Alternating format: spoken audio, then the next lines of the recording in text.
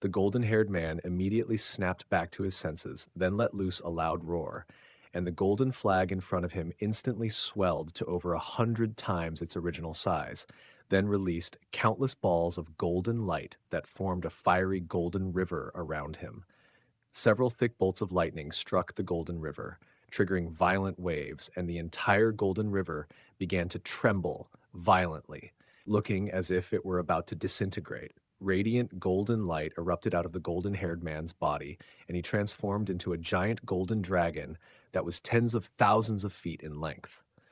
The body of the dragon was long and sleek, yet still powerful in appearance, and it was entirely covered in a thick layer of golden scales.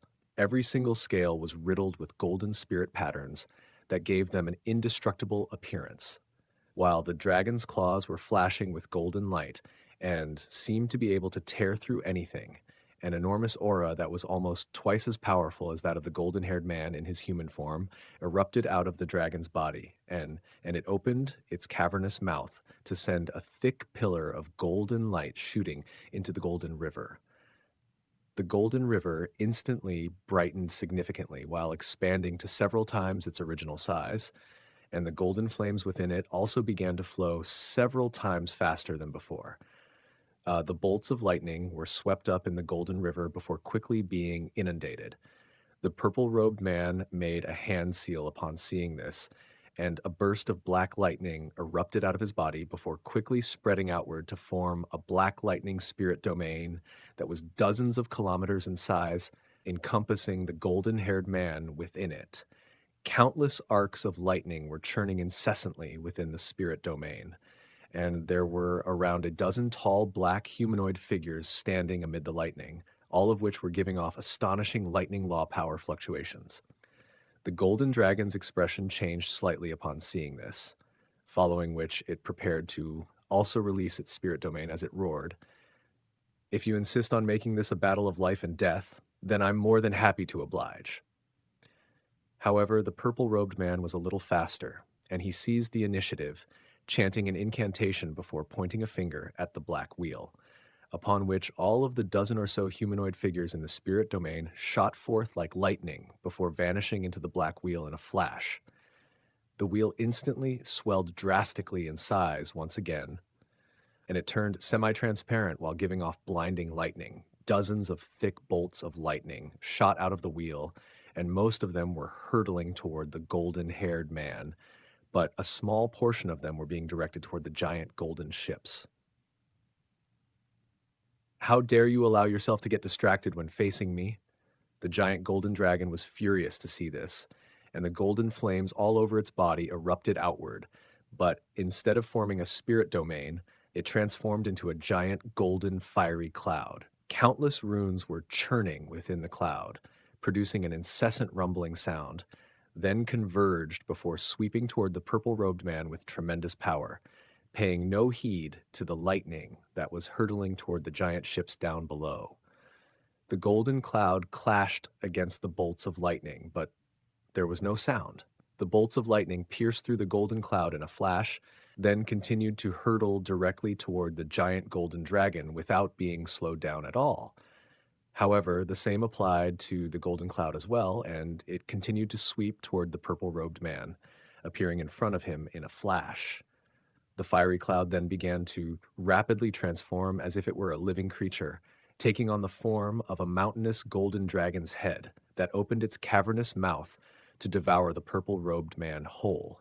The purple-robed man's expression changed slightly upon seeing this, and he shot back in retreat while making a hand seal, upon which the black wheel swooped over from afar to block the golden dragon's head. At the same time, all of the lightning within the spirit domain converged to form a massive black lightning net that enshrouded the dragon's head. The dragon's head whipped to the side to force the black wheel back, then let loose a thunderous roar, releasing a burst of devastating sound waves that conjured up countless indistinct blade and spear projections, which pierced through the net of black lightning before inundating the purple-robed man. The black lightning net was torn apart, and the nearby space was also shattered like a mirror. The purple-robed man's body trembled violently in the face of the torrent of sound waves, and gashes began to appear over his skin, as if his body were about to be torn apart. Blood began to spray out of those gashes in all directions, and he was sent flying back through the air. All of this had taken place in the blink of an eye, and at this moment the golden dragon's entire body was enveloped within the river of golden flames. Dozens of thick bolts of lightning pierced into the fiery golden river amid an earth-shattering boom, stirring the river of fire up into a frenzy. However, the bolts of lightning were ultimately no match for the raging golden river, and the former quickly subsided. At the same time, a string of explosions rang out down below, as most of the giant golden ships were destroyed by the remaining bolts of lightning. The golden dragon paid no heed to this at all as it shot forth directly toward the purple-robed man. A thunderous draconic roar rang out as a giant dragon claw projection appeared in the sky above the purple-robed man, before crashing down with vicious power. But right at this moment, a black vortex suddenly appeared beneath the purple-robed man before instantly sucking him in. As a result, the dragon claw projection struck nothing but empty air, much to the golden dragon's bewilderment. Several dozen kilometers away, the black vortex reappeared, and the purple-robed man flew out from within, following which a pillar of green light also shot out of the vortex into the purple-robed man's body. He was instantly enveloped in a layer of bright green light, and his injuries began to rapidly heal, vanishing in virtually the blink of an eye.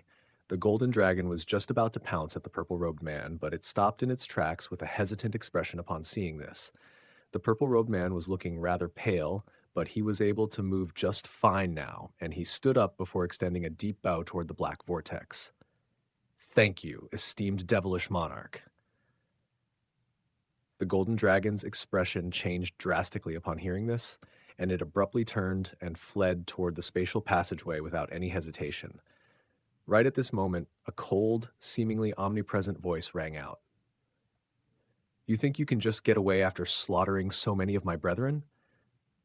As soon as the voice trailed off, the space above the fleeing golden dragon abruptly caved in, and a giant silver spatial hand that was several acres in size emerged before descending upon the golden dragon. The golden dragon was instantly slowed down, and even though the silver hand still hadn't fully descended upon it, the surrounding space had become incredibly heavy as it compressed upon it from all directions. In that instant, it was as if time were standing still. All sounds faded, and the only thing that the golden dragon could see was the giant silver hand expanding in its field of view. "No!" The golden dragon roared with all its might as bursts of ferocious golden flame erupted out of its body. A series of massive holes were instantly scorched into the surrounding space that was compressing toward it. But the pressure weighing down on it wasn't lessened at all. The giant silver hand gently descended upon the golden dragon, and the latter was instantly crushed into a huge pile of mincemeat like a fragile egg. Everyone at the scene was completely rooted to the spot, unable to believe what they were seeing. The entire battlefield had become deathly silent, but in the next instant a chaotic commotion ensued as all of the heavenly courts and high zenith cultivators fled toward the spatial passageway as quickly as they could. The giant silver hand gently flicked a finger through the air, and a burst of silver light shot out of its fingertip. A string of dull thuds rang out as all of the heavenly court's high zenith cultivators were abruptly rooted to the spot. A hole had appeared on each of their foreheads, and blood and intracranial fluids were gushing out from within. The light in their eyes quickly faded, and they began to plummet out of the sky like dead weights. The silver hand then flew toward the golden vortex before crashing into it with tremendous power, and the spatial passageway was instantly cast into a state of violent instability. However, right at this moment, strips of golden runes surged out of the spatial passageway, forming a golden array that was doing everything in its power to stabilize the passageway. But it seemed that this was only delaying the inevitable. A cold harumph rang out from within the giant's silver hand, following which it closed his fingers around the spatial passageway before grabbing down with unmatched power. The spatial passageway finally completely collapsed, and it slowly closed amid a resounding boom, quickly vanishing into thin air. The Heavenly Court army was cast into complete despair upon seeing this. In contrast, the morale for the devilish army was significantly elevated, and they were able to easily tear through the ranks of the opposing army to commence a one-sided massacre. The purple-robed man paid no heed to what was happening down below as he flew over to the giant silver hand with an embarrassed look on his face. My sincerest apologies for my incompetence, esteemed devilish monarch. If you hadn't intervened, the consequences would have been catastrophic. The silver hand transformed into a humanoid silver figure, then said, "Our devil realm still isn't powerful enough to stand toe-to-toe against the heavenly court, so even if someone else had been in your place, the outcome wouldn't have been any different." The purple-robed man's expression eased slightly upon hearing this. "Don't kill all of these heavenly court cultivators. Only kill a third of them, then restrict the cultivation bases of the rest and send them to Ashura Island to serve as slaves," the silver figure continued. "Why should we spare their lives? They've killed many of our brethren. If we spare them, that could elicit a great deal of dissent," the purple-robed man asked with a perplexed expression. "Right now, the primary enemy of the Heavenly Court is the Reincarnation Palace. Even though they've sent out an army against our devil realm, there are no Tao ancestors leading this army, which indicates that the Heavenly Court isn't going to fully declare war on us. Otherwise, they run the risk of having to face both our devil realm and the Heavenly Court at once, and that's not a situation that they want to be in. This battle is going to end very soon, and killing a third of the enemies will already be enough to satisfy most of our brethren. By keeping the rest alive, we'll have leverage that we can use in negotiations with the Heavenly Court, and we'll be able to enjoy some peace for the immediate future," the silver figure explained. "Your wisdom is truly unmatched, esteemed devilish lord," the purple-robed man praised with a slight bow. "I'll leave things to you here. Make sure to continue to conduct stringent surveillance over the Heavenly Court," the silver figure instructed, then vanished into the nearby space. The purple-robed man stood in silence for a moment, then descended toward the battlefield down below. Behind the battlefield, the body that Han Li had possessed cracked open its eyelid a tiny sliver, then heaved an internal sigh of relief. That giant silver hand had struck him with a far more formidable sense of pressure than even the two great encompassment stage beings on the battlefield, and as soon as it appeared, he immediately retracted his spiritual power so that it was hiding in the deepest recesses of the body's mind, and only now did he dare to peek out ever so slightly.